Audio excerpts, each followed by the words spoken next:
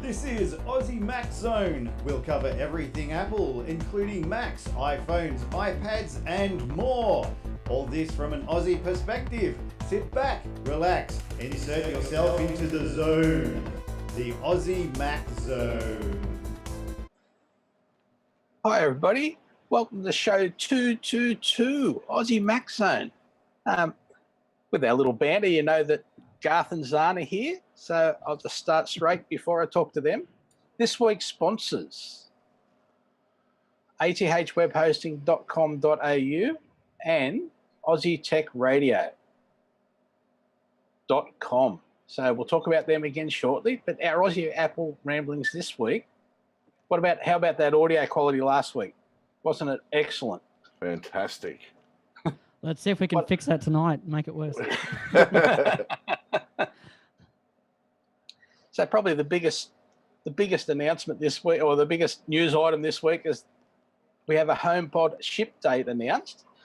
And as we reported last week on the Aussie Mac Zone Apple news page, pre-order started in Australia on Jan 27 for delivery starting February 9. The day before this announcement, Tim Cook gave an interview to the Financial Post in Canada, I think, where the CEO explained that the integration between the HomePod hardware and iOS is one thing that will make it unique. Competition makes all of us better, and I'll welcome it, Cook said. But if you are both trying to license something and compete with your licensees, this is a difficult model, and it remains to be seen if it can be successful or not. He also adds that sound quality is a differentiating factor of HomePod, saying that one thing that was missing from the smart speaker market was quality audio. Don't know whether Sonos agree with that, but we think one thing that was missing from this market was a quality audio experience and very immersive audio experience, Cook said. Music deserves that kind of quality as opposed to some kind of squeaky sound.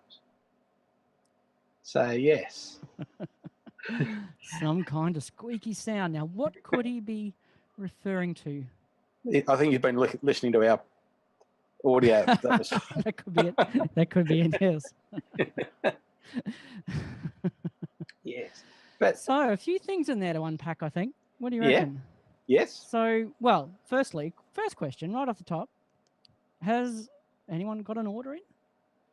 I have not. I can't justify it yet. I do. I'm not sure if I should or want to keep the order, but I do have an order in. Oh, wow. Well, we'll discuss that. We can discuss that later. Oh, right. Okay.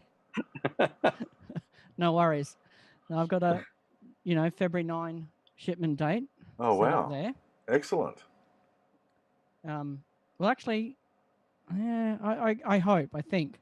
Yeah. It told me that as I placed the order at 4:00 in the morning or whenever it was. But I've still just got the email saying we're processing your order. Mm-hmm. So, anyway, what was the reference to? It's a difficult model when you trying to license something as well as compete with your licensees. What's the reference there? Do you think, or do you know? I should say. No, I'm guessing it's like the Amazon product, where they've got their own product and they're selling other, like they're in the Sonos and they've got 5 or 6 other brands of speakers, haven't they, now that are running that? There's a number of other brands running it. I don't see how that's such a licensing issue. It's almost like, well, to me that's content, and I guess there's some Amazon content, but I just didn't quite get the reference, and maybe one of our dear listeners could enlighten me in a little bit more specific detail. Yeah. Also, with the sale and purchase of Shazam, would that have something to do with, because they're talking about sound quality, and what I read of the article, with music and all that sort of stuff, the better sound quality and stuff like that. So do you think that'll be all integrated in the music sound for Apple Music with Shazam and all that sort of stuff? Yeah, I mean, Shazam is very focused in its goal, isn't it? It is purely the identification. Hear a bit of snippet of music /TV. I think they had movie and TV type fingerprinting identification. Not sure how it really plays into, someone's walking past with their phone playing a bit of music, and you say to your HomePod, "Hey, what was that? Play that for me." That might be cool. There's something on the TV. Tell it to play that song that was just on the TV, because it's I just did that with my phone last night with Shazam. I'm like, bam, and I hit it and recorded it. I got a great album out of it, actually. So yeah. There you go. Yeah. That is Apple the beauty Music. of Shazam. That's their market, right? That's before they were owned by Apple, that was their thing. Yeah. Driving traffic to the stores. That's how they made money off providing such a pretty cool service. Yeah. Linking it off to places where you could buy that music. Yeah. The other thing in there too, the differentiation. Well, the differentiation around sound quality is definite, right? That's what they're going. Yeah. That is their main selling point.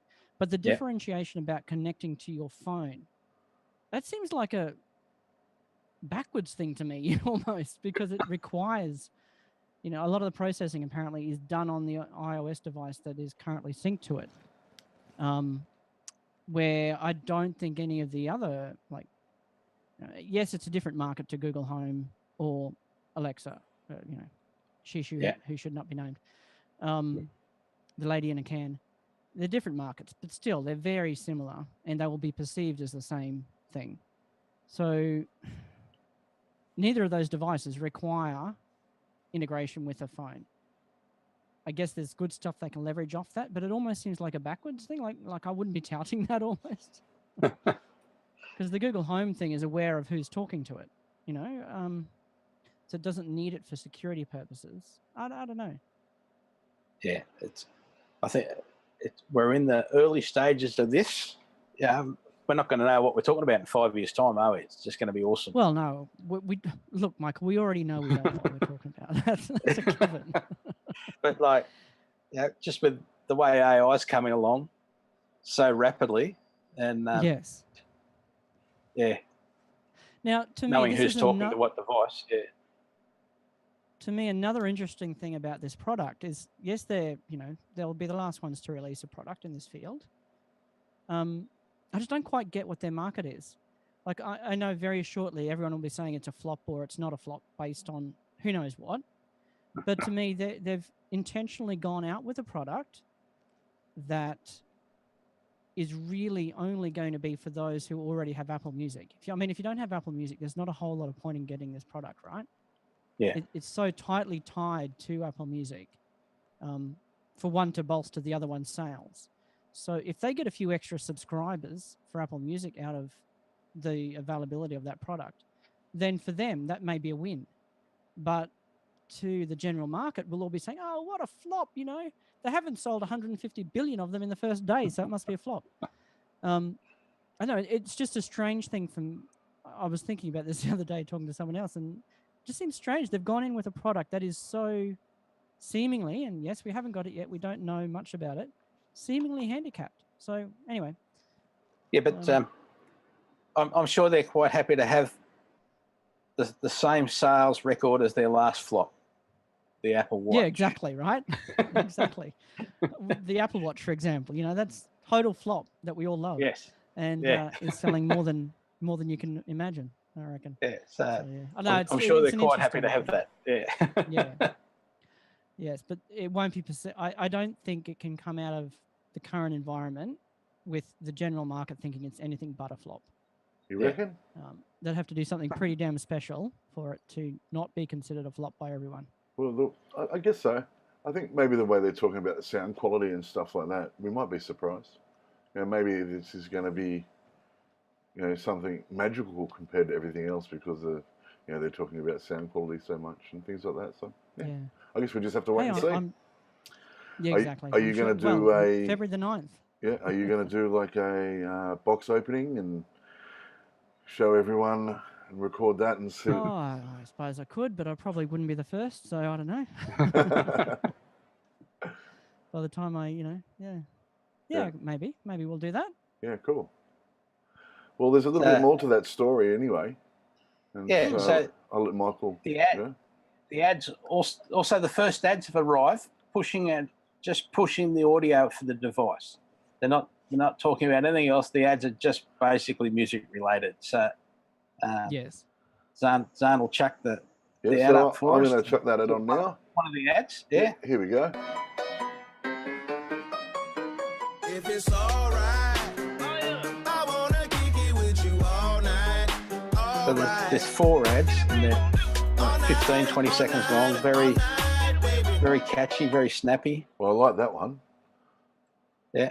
So we do have a link to the full story and to the 4 videos that are there. And they, of course, will be in our show notes. Very good. Also on our Apple News page last week, I reported on a very real-looking phishing scam email I got. It was so they hoped you believe from the Australian government. It asked specific questions about your bank details, your taxable income reported on your tax return, your tax file number, etc. Specifically, everything so they can become you. So Zarn's just chucked up an image of what it looked like, and of course there'll be images on the show notes page this week as well. But it didn't even come from Australia once you actually studied it. But it was all the Australian government. Yeah, so please be very careful, people. Always be careful on that stuff. Yeah. I think my wife got about 3 during the week. Westpac. Yeah, I get them all the The time. Westpac So account has been suspended. if I maybe got a they letter go. like that from the government, I'd be like, nope. Because I'd think it was the government and I don't want to answer them. Yeah. Yes. So, and a reminder this week, we are brought to you by athwebhosting.com.au. They've got a 24/7 ticket support system. They've got $5.95 per month, one paid annually. They use the cPanel, which is the industry standard user-friendly, feature-rich control panel. You can install WordPress, Joomla, and many more with just one click. That's 250 different scripts. Accepts PayPal as well as other cards, instant activation, free setup, auto setup, domain registration, 99.95% uptime, affordable competitive plans. And they even email you and tell you that there's a new version of, say, WordPress coming out, or some of the some of the little bits that you might be using have been updated. So and I was thinking about this the other week, during the week actually, because I got a thing to say there was an update for WordPress. And the reason Glenn puts it on you as the manager of the site is because you might have other plugins that go with WordPress, and as soon as you update it, one of the plugins will stop working because it hasn't been updated to match the new one. That's what normally happens. So you guys just got to be careful and aware of what you're doing. And that's why it's on you. Now this is the most stupid one I've ever seen in my life, this next story. Okay. Wait for it. There's been a few. Zarn does have a video of this one as well. Here it is. Yeah. I think that one will loop too, Zarn. Whoa! A man Great audio so far, boys. Yes. Man bites into iPhone battery, causing it to explode. This week's public safety announcement is don't do this. So if you're ever worried about your smartphone battery is fake, here's a tip. Don't bite into it. A man in China has learned the lesson the hard way. He tuned into the iPhone battery only to watch it explode. That's fantastic. I hope that goes to Fail Army. Video footage of the incident has been circling online. The explosion goes off right in front of the man's face as he stands inside a local electronics mart. That poor woman next to him. Yeah. No one in the video appears to be seriously hurt, and the footage comes from an iPhone repair service called Geek Bar, which is based in the Chinese city of Nanjing. The company originally posted it last week, claiming the man in the footage was trying to test whether the battery was genuine or not.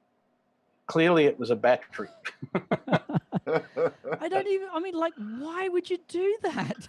I have no idea. Because if it was a real one, it's going to break it, even if you don't realize it's going to be exploding in your face.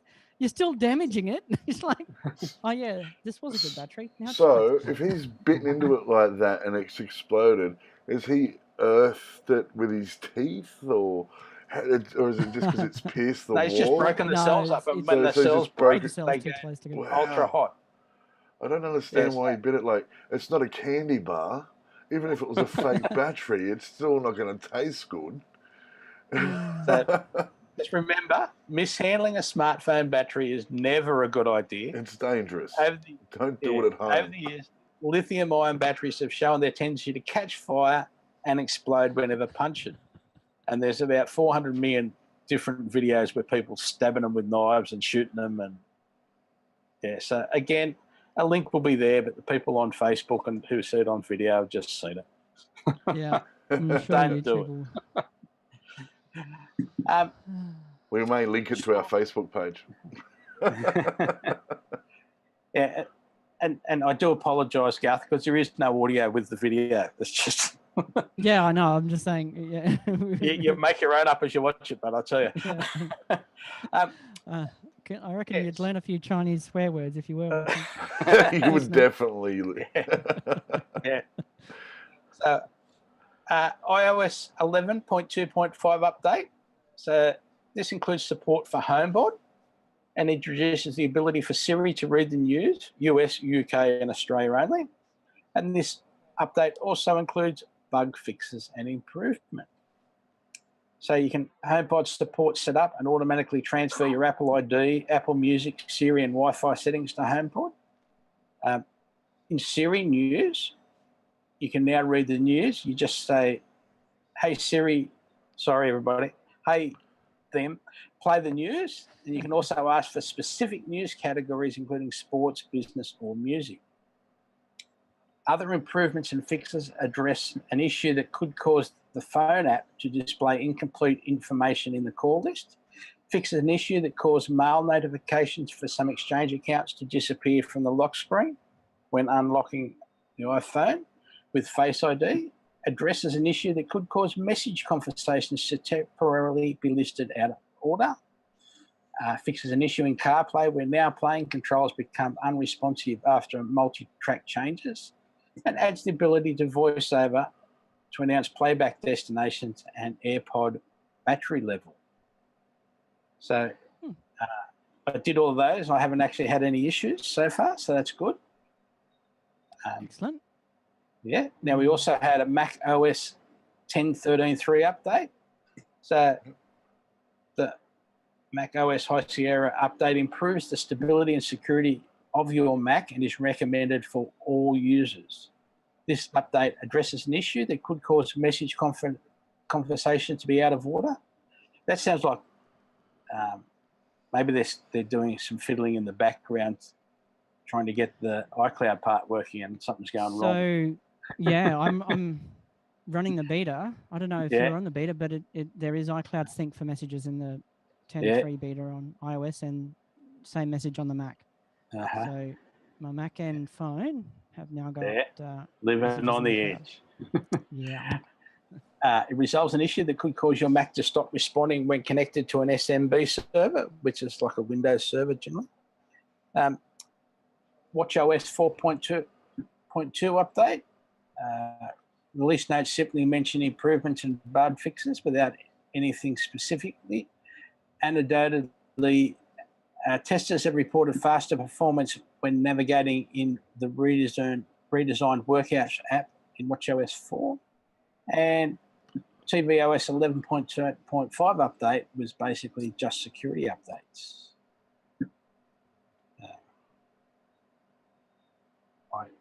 As I said, I just did all the updates and they all went through smoothly. So just, give yourself plenty of time, that's all. Mine updates automatically when I'm asleep. I just set it up so it just does it, and so it's ready by the time I wake up to go to work or something like that. So. Yeah, that never seems to work for me, at least on iOS. The The watch is fine. You can set the watch off. That's the only time to do your watch is overnight, right? Yeah. Craziness to try and do it any other time because it really does take forever.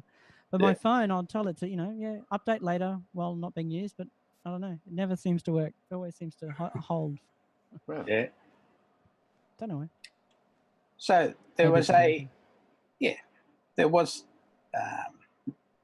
show just recently in America. It's not CES, but it's another show to do with tech sales stuff. And Apple-based retail tech shows mobile at the core of commerce.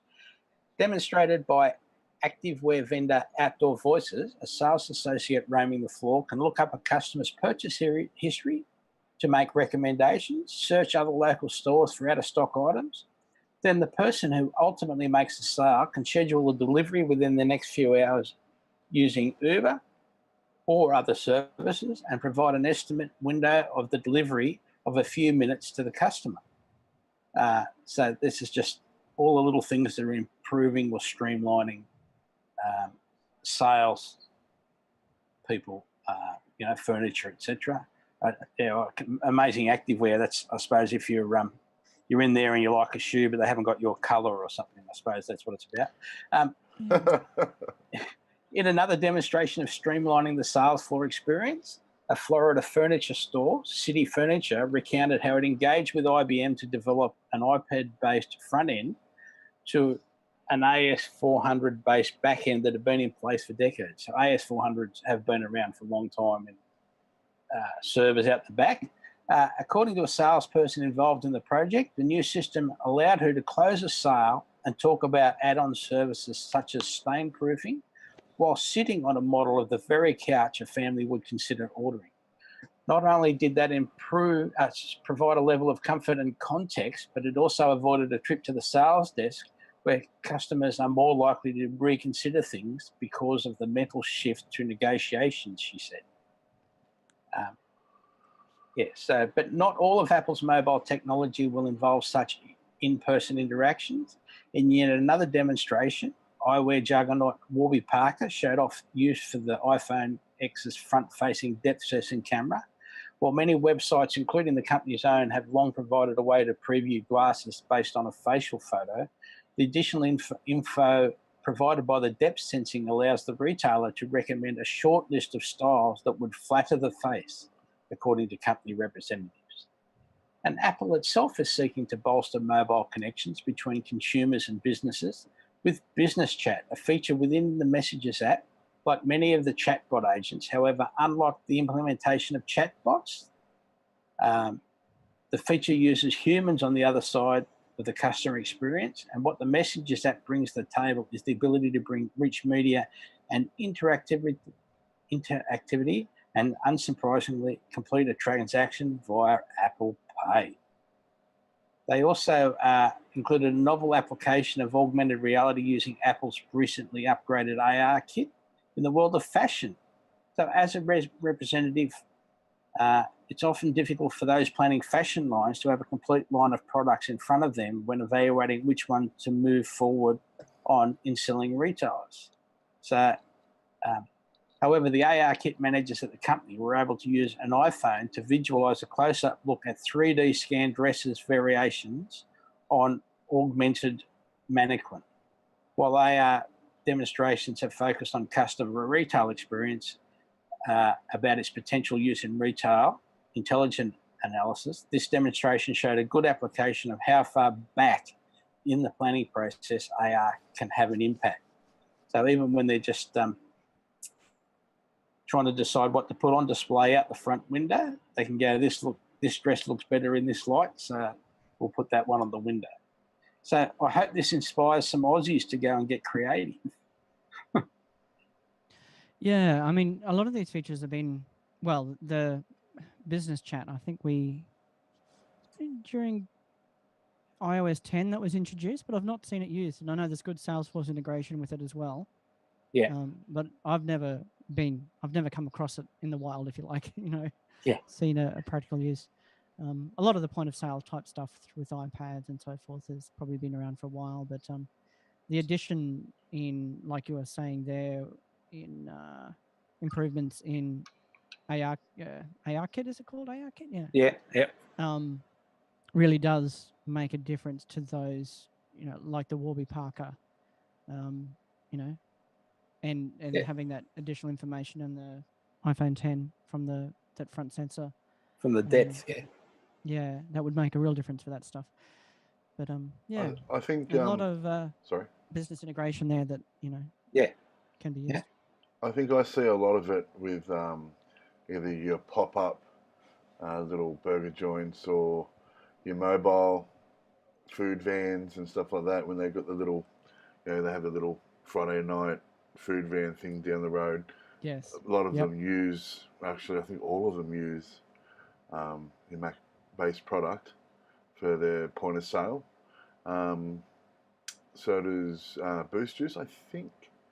And there's a dumpling place in the plaza that I know they definitely use them because Have you been frequenting them? No, I don't like food at all. Look how skinny I am.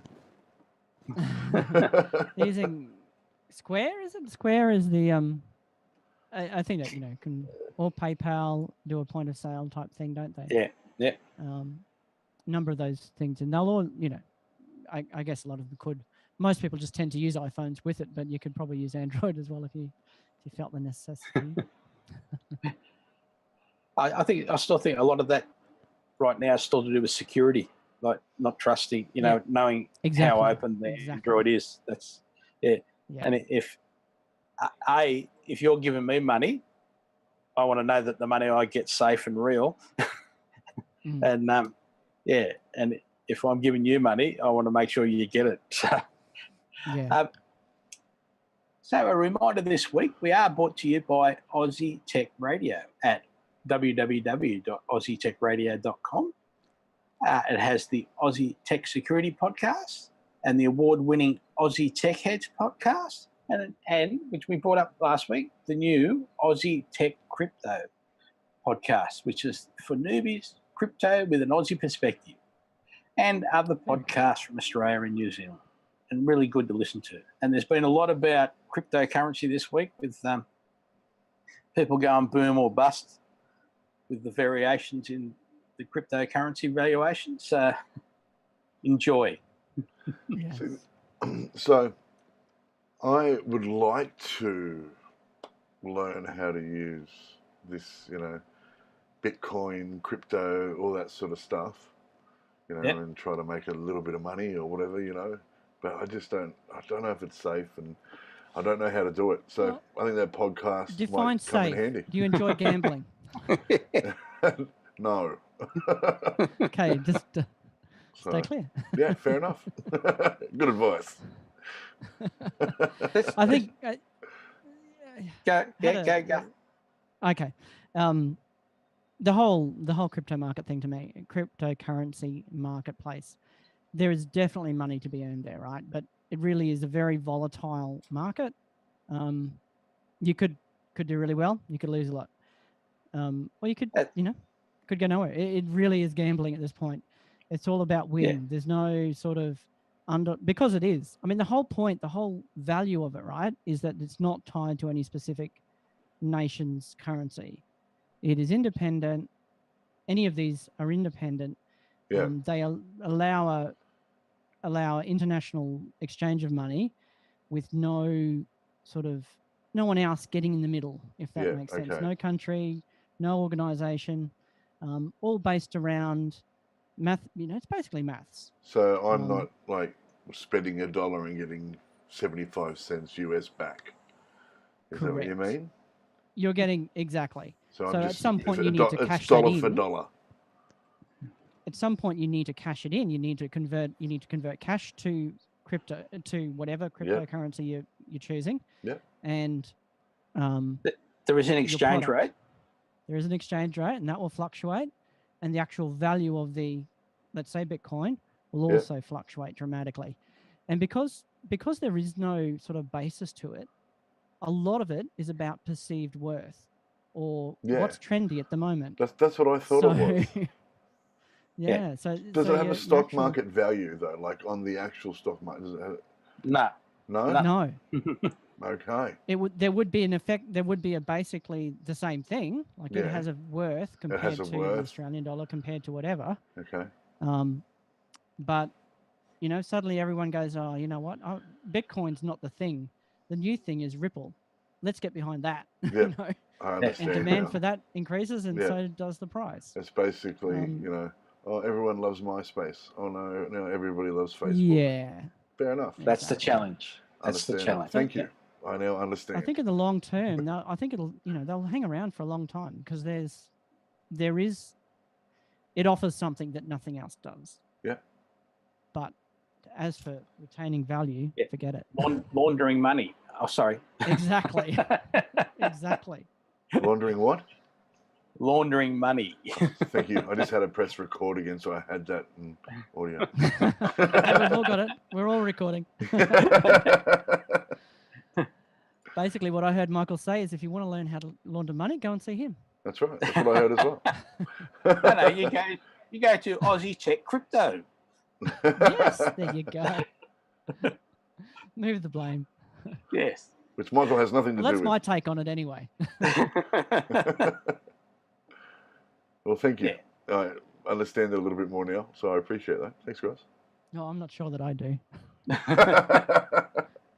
That might have been a load of crap. That's what I was saying. When I was saying that was my take on it, I actually really did mean what I was talking about, rather than the comments to Michael about laundering money. So Apple Music. There have been conflicting theories about why Apple spent a rumoured $400 million on acquiring Shazam. Some suggested it was nothing more than protecting Siri's Shazam-powered music recognition. Others wondered whether it was to expose Shazam's customer base to Apple Music. Yet others theorised it was for the data. Now, one early investor in Shazam has suggested that the combination of the latter two elements could significantly boost Apple Music subscriptions.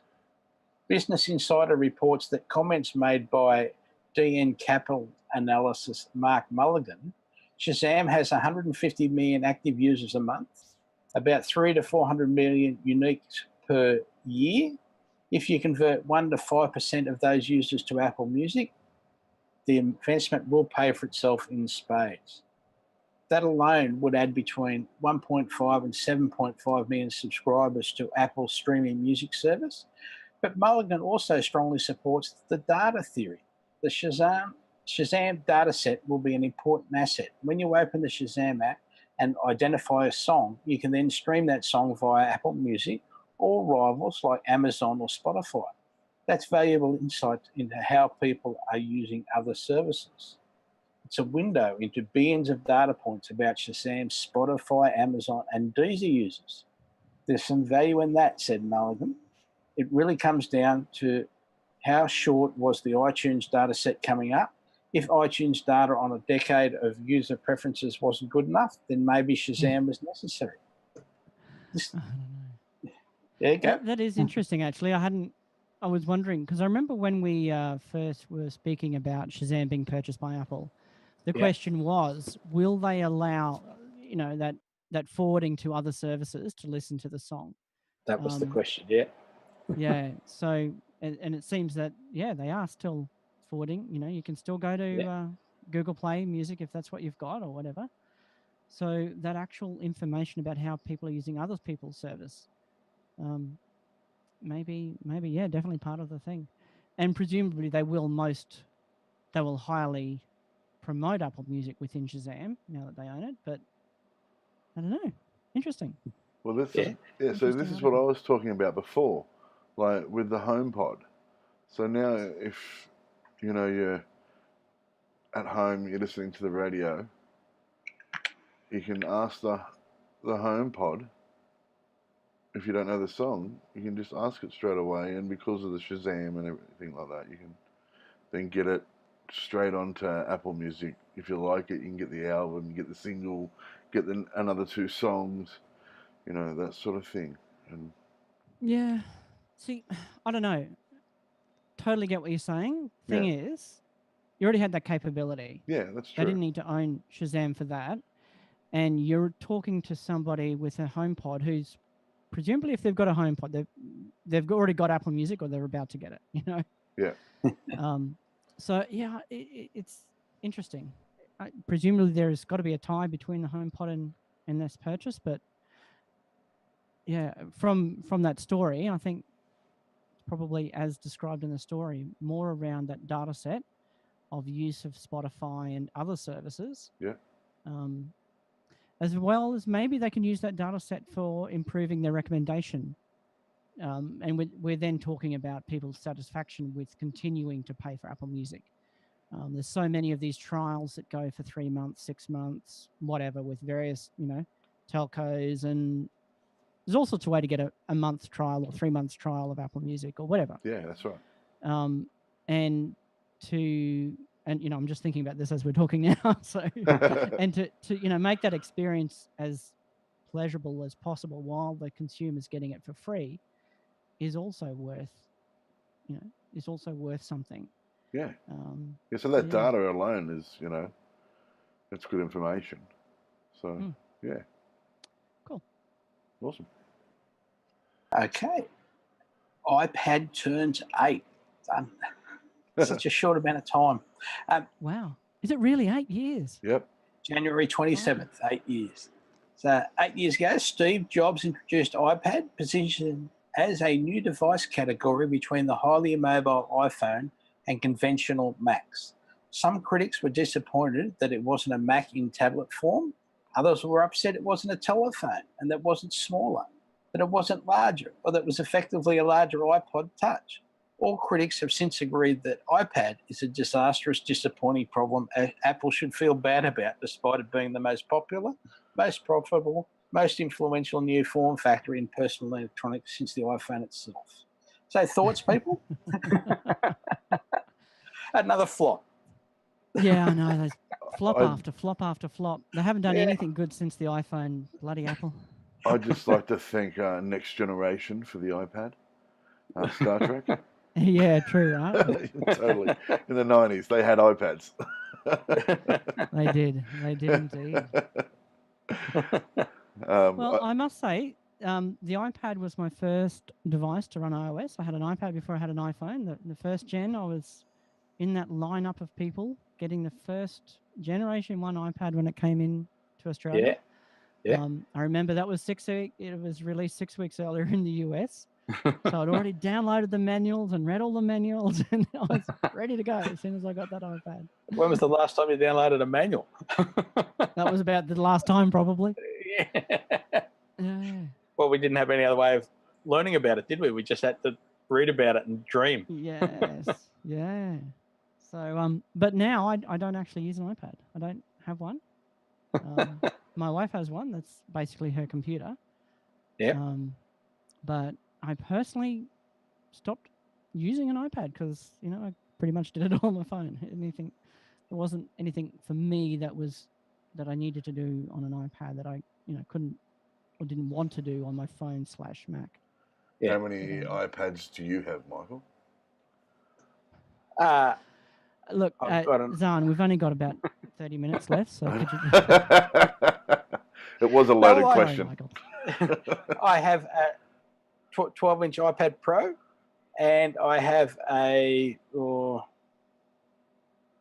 iPad Air 1, I think, which is what I read news stories about in bed that I then put onto the show notes at night using, say, Flipboard or something like that.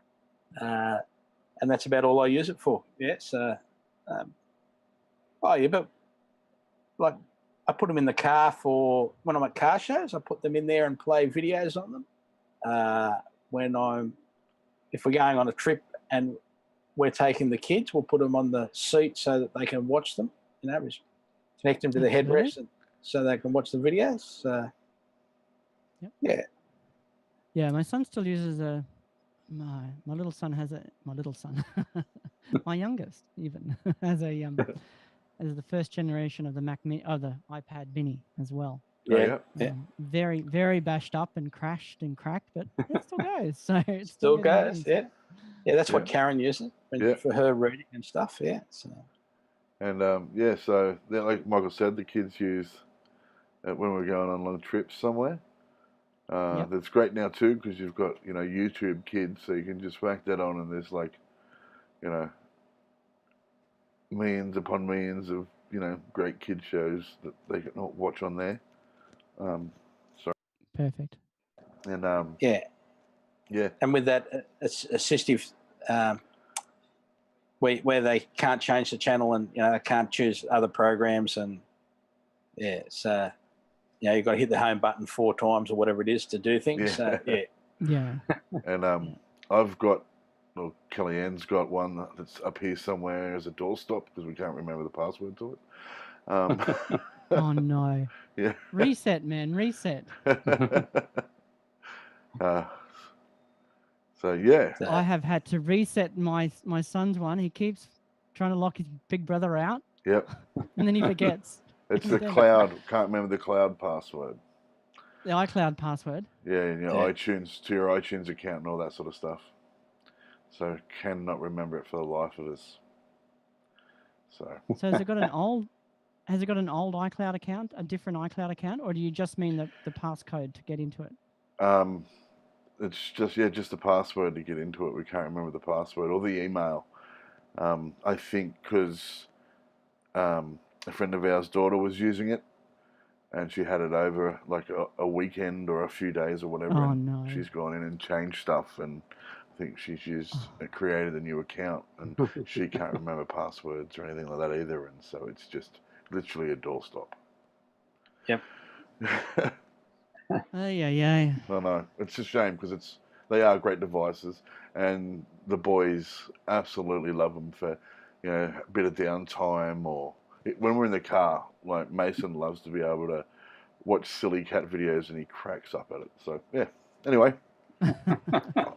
iPad's 8. I'm sure there's a way through it. I'm sure there's a way to restore it. Put it into DFU mode and. Nah, because the first thing it does is look at your iCloud activation account. Lock. Yeah, and there's nothing you can do. You wouldn't have been able to sign out of the old activation lock without the password for that one to sign into a new one. Now, you sign out of it, that means it's gone, and then when the new person sets up an account, and then immediately forgets that iCloud password, you're screwed. There's nothing you can do. Yeah. Absolutely nothing. And kids will be kids. So. I thought, I guess one thing is don't make sure you've got Find My iPhone switched on before giving it to anyone, because they can't sign out of that. Yeah, that's right. Without the password. Yes, that's the best advice ever. That's what should have been on. Yes. So, because we're such nice people here, and we do recognise that some Apple people are unlucky enough to be using Galaxy Note 8s, so use this temporary fix for the Galaxy Note 8 battery bug. In late December, Galaxy Note 8 owners started to report a bizarre issue with the phone's battery. If the power dropped too low, it couldn't be recharged, making it impossible to use the device at all once the battery died. A few days later, Samsung confirmed the bug, claiming it only affects a small number of devices. Still, the company has already sold millions of the Note 8s, launching in 2017, and the issue appears to be plaguing some Galaxy S8 and S8 Plus devices as well. So even a small percentage could mean thousands of people at risk. So Samsung hasn't released an official fix yet, but in the meantime, there is a third-party solution to keep your phone's battery from dropping too low. The Deep Discharge Protection Tool promises to do just that by warning you when your battery starts to drop and shutting your phone off. Jeez, that sounds like an Apple problem. Interesting, isn't it? Yeah. When it hits 12% before you cross the point of no return. One small caveat is that your phone needs to be, they call it rooted, it's jailbroken in Apple's language, for the automatic shutdown feature to work. You'll still get a series of 2 noisy alerts as the battery starts to drop, and the developer says they should be loud enough to wake you if you're sleeping. They're also looking into getting the entire program to work on non-rooted Samsung phones. Non-rooted. You can download, yes. So whoever made that name up was an Australian. You can download and install the app from XDA's developer forums right now. Hopefully Samsung releases an official fix soon, maybe in its Android 8.0 update. But until then, this is your best bet. So there is a link to Lifehacker page there. So, yeah, just so people... we don't want people to write their phone off and then not being able to listen to our podcast, do we? No. So what about how to get Siri to read anything to you? So the list of things Siri can help us grows more and more with each update Apple makes. In the last few years, Apple even allowed better integration with third-party apps and more natural voices for Siri with iOS 11. One very helpful but often overlooked Siri feature is the reading whatever text is on your iPhone screen. This is a great trick for catching up on your saved articles when getting ready in the morning, commuting, or doing chores around the house. You can enable this setting on any up-to-date iOS device with these few steps. First, you'll need to open the Settings app, then navigate to General, Accessibility, and Speech. In here, you'll see two options at the top. The first, called Speak Selection, will add an option to speak text you have highlighted, which can be found in the Copy and Paste menu. The second Speak Screen option will enable Siri to speak whatever text is on the screen. Go ahead and toggle that on. So after Speak Screen is enabled, you can go to any web page, PDF, or note and simply swipe down from the top of your screen with two fingers to access the menu. Once you have the menu on the screen, you can speed up or slow down Siri's reading pace, pause, skip, ahead or back paragraphs, and collapse the menu to have a better view of your screen. With the full article with screenshots, again, a link in the show notes. Anything? No comments? Whenever I always love these articles like this, and it's only because I'm a voiceover user, but whenever the phone is talking to them, they call it Siri. But you can have a different voice. You don't have to use the same voice as you do for your Siri voice. Obviously, the Siri voice, you can only pick between the two. But for those voice type features, you can go in there and get Fiona from Italy, not Italy, Ireland, if you like, or there's a whole raft of voices you can choose from. That's a good point too. Yeah, that's fantastic too. I love this idea because like having something read like that, especially because I listen to heaps of podcasts, and I like to read books. And sometimes I'll be on the train, I'll be reading a book on my phone. It'd be great just to be able to stick my headphones in and do that. So. Yep. Yeah. iBooks. Last I tried anyway, works with iBooks. If you've got a book in iBooks, I can get VoiceOver to read it. Awesome. But I can also just use the speak screen, and it will. I think it'll continue and flick through the pages for you. Oh wow, that's great. So it will basically, a text-to-speech version of your book. Excellent. Because I'm such a noob, I don't know any of this sort of stuff, so it's great to listen to you guys sometimes. I'm like, I want to do this. I need to use that now. For long emails, Oh wow! Yeah. Oh, emails. Because I find, if you get some email lists or I get some newsletters, I'll get emailed to me, and I find, once again, I could use VoiceOver to do this, right? But what happens is you do a two-finger swipe down with VoiceOver, starts it reading, put your phone in your pocket, and you jiggle your phone, and the shake to undo happens. So you get this alert. Do you want to undo your messages? Undo your deletion? No, I don't want to undo my deletion. But if you use this particular feature, you can actually lock the screen of your phone, and it will keep on reading through headphones, and use your play pause on your headphones to start and stop it, just like any other audio source. Awesome. Excellent. So that's a great little tool. Yeah, a really handy tool that like Michael said, it's not probably not very well known, or people don't go if you haven't got a reason to go digging around in accessibility, you're not going to. Yeah. And that just means I can get Mummy to read me a story at night while I'm going to sleep. Exactly. How to fix a MacBook Pro screen, page 1. Take it to someone who knows what they're doing. So, for example, Michael. Now, on the weekend, I saw a TV show which is called it's SBS TV show or on demand. You can have both, and it's called Small Business Secrets. Funny how it's SBS and Small Business Secrets. Yeah. And it was a good show about Aussie startups, and it's been going. I've just discovered it's been going for a couple of seasons. So again, we've got a link to the SBS website, and it was just very interesting show about Aussie startups and things that are being done that I never knew were being done all over the country. Awesome. So SBS on SBS. Yes, it was on like 7:30 Sunday mornings, but I was watching it on Saturday afternoon at 3:00 sort of things. Pardon me. To catch up. Yeah. Using the TV app or using SBS Direct? I was just watching TV, but yes, I should have been using the TV app, and that's how I should be doing it from now on. Yes. Because I think there's another one that's been in Australia now for a little while, but when it was being all discussed and released by WWDC or whatever, we just didn't get it for so long here in Australia, and now that we've got it, I don't know that anyone's really noticed. Yes, that's very true. So just before we close, I'm just going to have a little vent. Zarn's got a little picture to put up for me, which is I do. It's right there. There you go, people. It's a Wemo.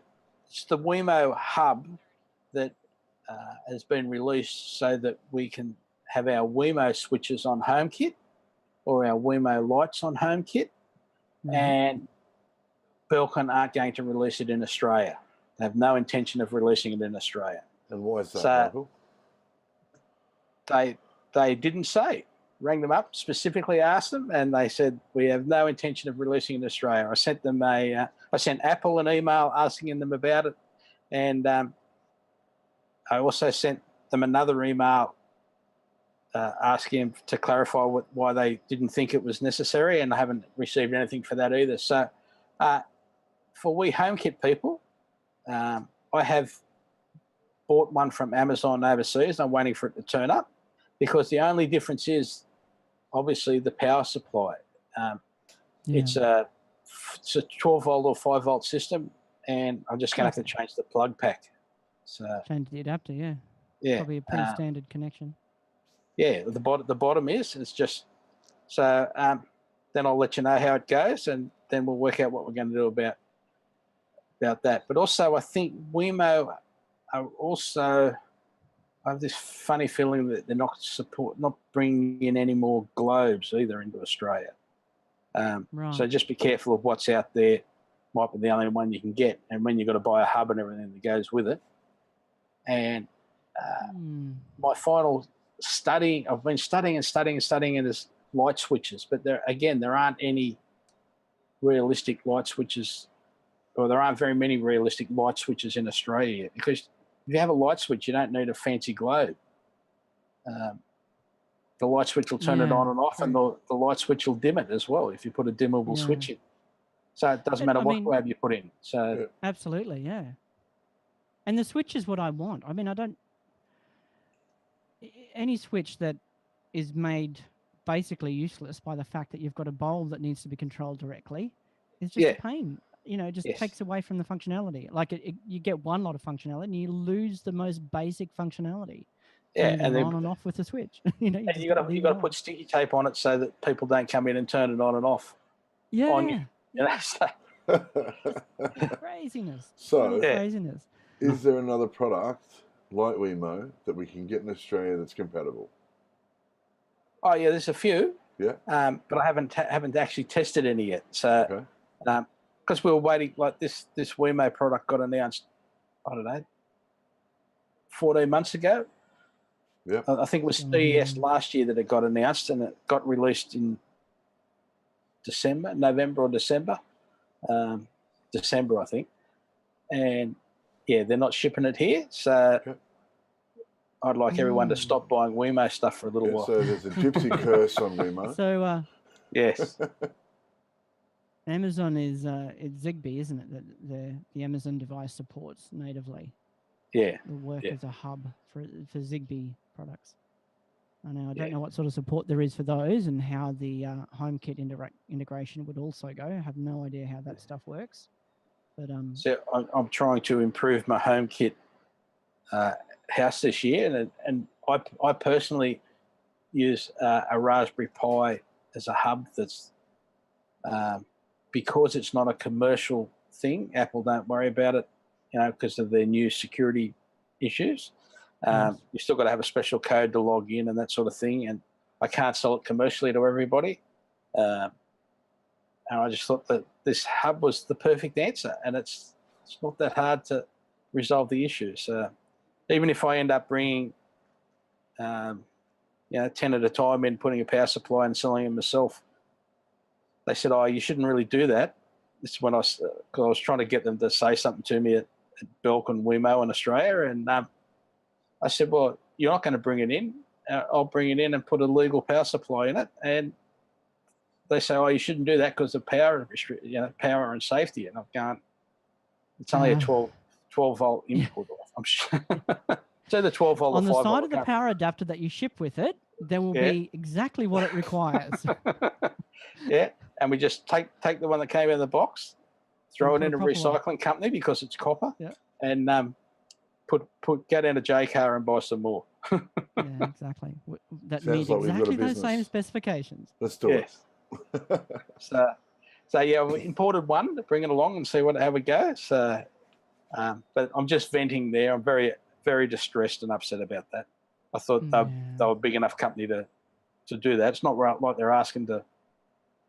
Like, why sell any product whatsoever if they're not going to sell the security part to go with it? Oh, nice. So, Michael, the stuff that you have got, the home automation stuff that you've currently got, basically fits in that ecosystem, the Wemo ecosystem. Yeah, I've got some Wemo lights, three Wemo lights. Yep.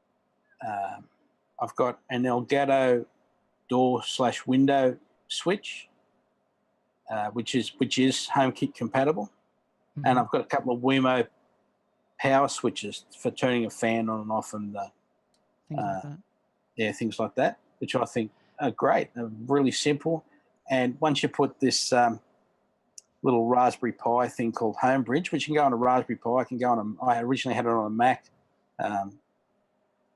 Just everything works. So, you're driving home from work, you turn the air conditioner on, and so when I get home, the office is cooled down a little bit. Awesome. Or, when you're coming home in winter, you can turn the electric blankets on. So the device that the device that you can't get here, officially, does that allow you access via HomeKit? Yes. That means I take the non-commercial product Homebridge away and put this in its place, and then that gives me full Wemo support through HomeKit. Through HomeKit, yeah. Okay. And things like we've set up a thing, for example, if someone opens the back door, which is where I've got this door switch, it turns on the 3 sets of lights in the house. So Karen knows if she comes home and all 3 lights are on, then just to stop and think about whether she wants to enter the house or not.